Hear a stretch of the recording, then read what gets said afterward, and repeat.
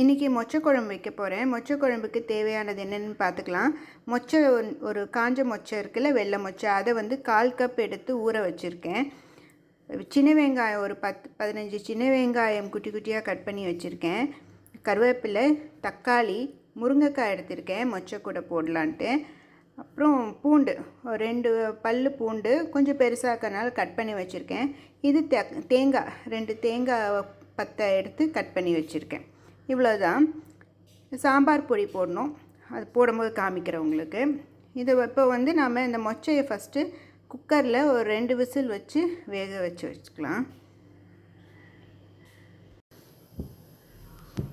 குக்கரில் போட்டிருக்கேன். இப்போ மூடி வச்சிடலாம். நாம்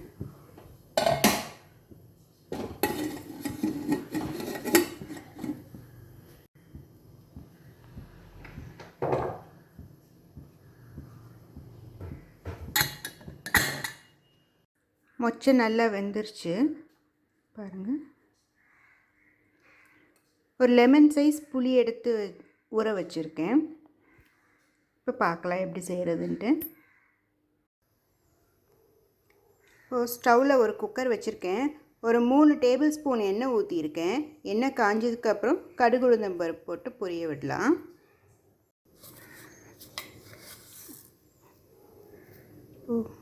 கடுகு போட்டிருக்கேன், பொரியட்டும்.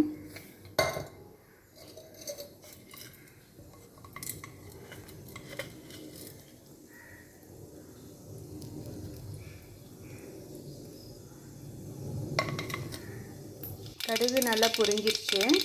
இது கொஞ்சம் உளுந்து போட்டுக்கலாம்.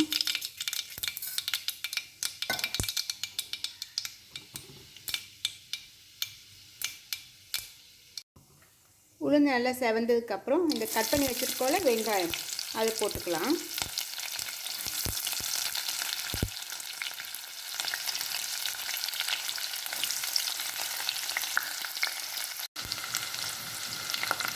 வெங்காயம் அது கூட பூண்டு கட் பண்ணியிருக்கோம்ல, பூண்டு, கருவேப்பிலை போட்டுக்கலாம்.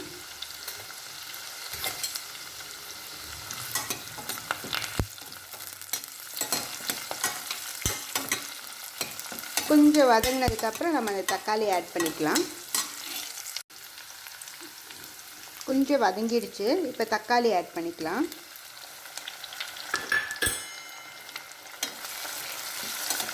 தக்காளி நல்லா வதங்கட்டும். கொஞ்சம் உப்பு போட்டுக்கலாம் சீக்கிரமாக வதங்குறதுக்கு.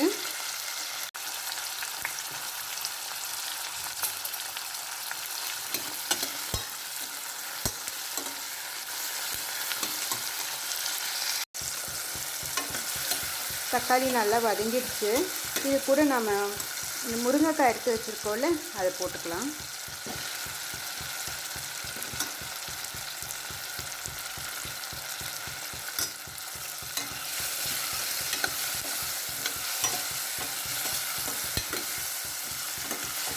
இப்போ இந்த மொச்சை வேக வச்சுருக்கோம்ல, அதையும் நம்ம சேர்த்துக்கலாம்.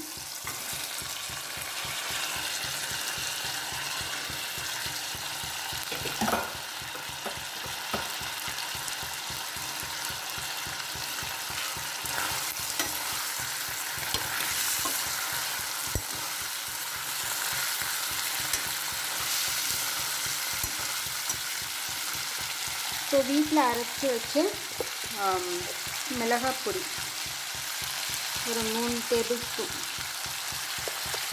டீஸ்பூன் சேர்த்துக்கலாம்.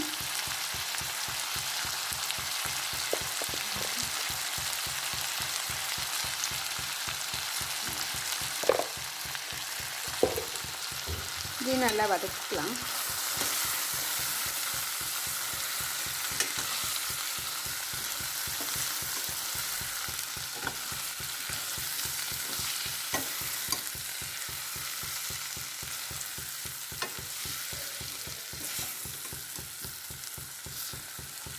இப்போ நம்ம புளி கரைச்சிக்கலாம்.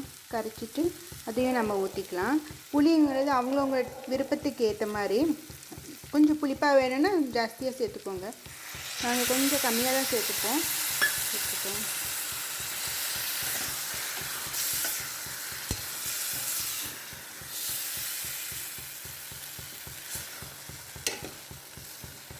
இப்போ கொஞ்சம் தண்ணி ஊற்றிக்கலாம்.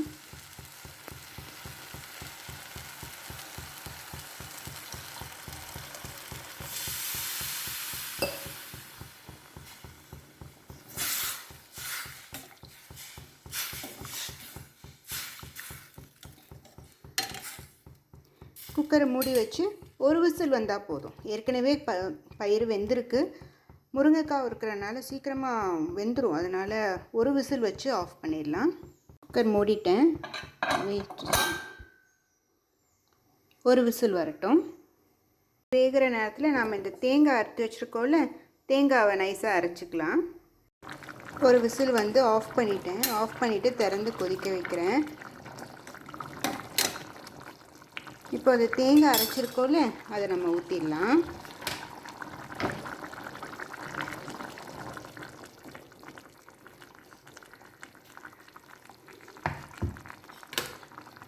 தேங்காய் ஊற்றினதுக்கப்புறம் ரொம்ப கொதிக்கக்கூடாது. ஒரு 2 நிமிஷம் கொதிச்சா போதும். கொதிக்கட்டும். நம்ம டேஸ்ட் பார்த்துக்கோங்க. உப்பு பத்தாட்டினா உப்பு சேர்த்துக்கோங்க. உப்பு பத்தலை, கொஞ்சம் உப்பு சேர்த்துக்கிறேன்.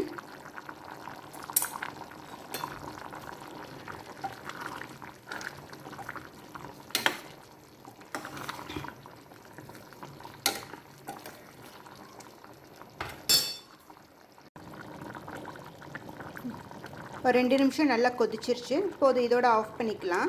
அவ்வளோதான், நம்மளுடைய மொச்சக்குழம்பு ரெடி ஆயிடுச்சு.